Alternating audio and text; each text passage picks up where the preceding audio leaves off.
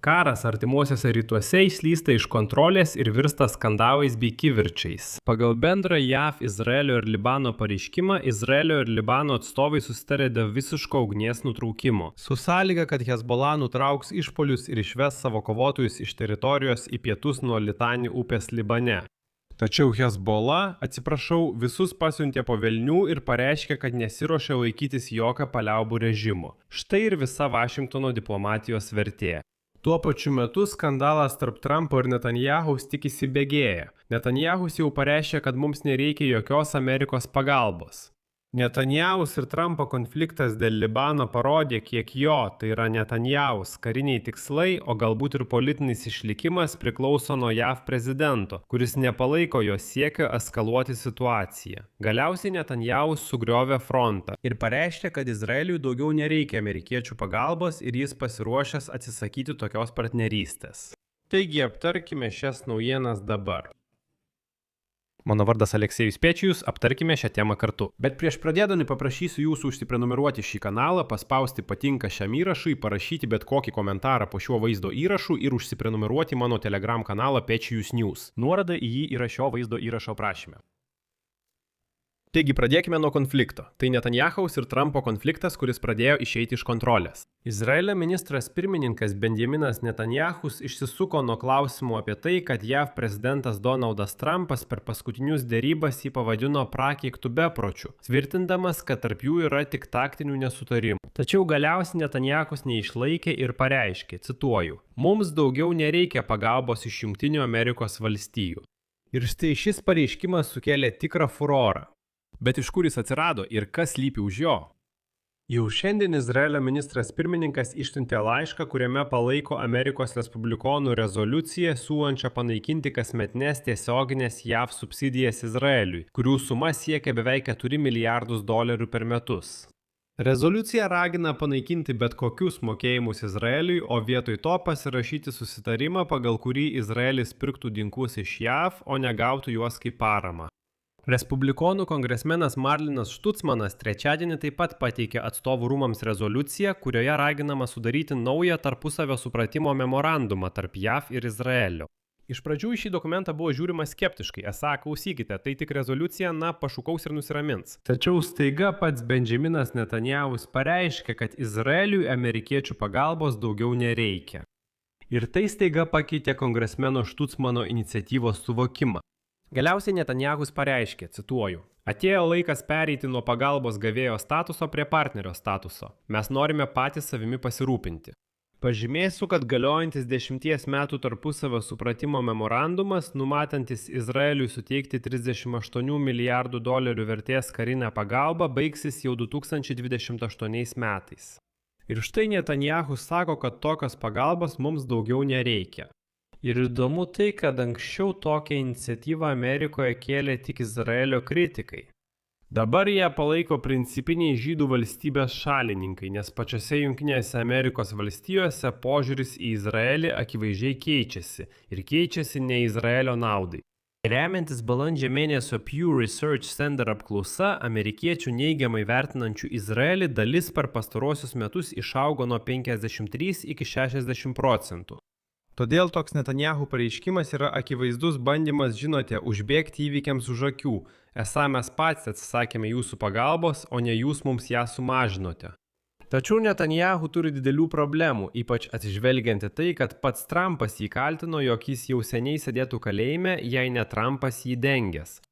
Reikalas tas, kad jau spalį Izraelyje vyks rinkimai į Knesetą, o Netanjahu taip ir neįvykdė savo pažado sunaikinti Hamas. Ir neįvykdė pažado dėl režimo pakeitimo Irane. Ir jis susilaukė didžiulės kritikos Izraelyje dėl besitęsiančių Hezbollah atakų. O čia dar ir skandalas su Trumpu, prašom. Tuo pačiu metu konfliktas tarp Trumpo ir Netanjahu kilo Libano karo fone ir čia taip pat yra naujienų. Pagal bendrą JAV, Izraelio ir Libano pareiškimą, Izraelis ir Libanas susitarė dėl visiško ugnies nutraukimo su sąlyga, kad Hezbollah nutrauks išpuolius ir išves savo kovotojus iš teritorijos į pietus nuo Litani upės Libane. Tačiau šiandien grupuotė Hezbollah atmetė visas pasiūlytas sąlygas, nors iš pradžių šiitiška sukarinta grupuotė buvo pareiškusi pasirengimą visiškam ugnies nutraukimui. Be Hezbollah sutikimo ugnies nutraukimas gali likti tik popieriuje, o kovotojai tiesiai šviesiai sako, kad jiems visiškai nerūpi jokie susitarimai dėl ugnies nutraukimo. Ir štai toliau aš kaip tik ir paaiškinsiu, kodėl pasakiau, kad viskas išeina iš kontrolės. Problema Donaldo Trumpo yra ta, kad visiškas ugnies nutraukimas Libane yra vienas iš pagrindinių reikalavimų, kuriuos Irano pareigūnai iškėlė dėrybose su Trumpo administracija dėl karo nutraukimo susitarimo. Todėl Trumpas smarkiai sukritikavo Izraelio ministrą pirmininką Benjaminą Netanyahu telefonu, pokalbyje pilname necenzūrinių išsireiškimų. Pats Trumpas tai jau patvirtino, apie tai turiu atskirą laidą YouTube platformoje, todėl pereikite ir pažiūrėkite. Po telefoninio pokalbio Trumpas paskelbė apie naują dalinį ugnies nutraukimą Libane, kuris atėmė Izraelio įsipareigojimą nebombarduoti Beiruto mainais į tai, kad Hezbollah nutrauks atakas prieš Izraelio miestus palei sieną. Iš pradžių Hezbollah pažadėjo laikytis ugnies nutraukimo, tačiau per pastarąsias 48 valandas grupuotė surengė kelias bepiločių atakas prieš taikinius Izraelio teritorijoje. Ir štai trečiadienio vakarą Libano prezidentas Josefas Aunas išdidžiai pareiškė, kad per 24 valandas įsigalios naujas ugnies nutraukimas.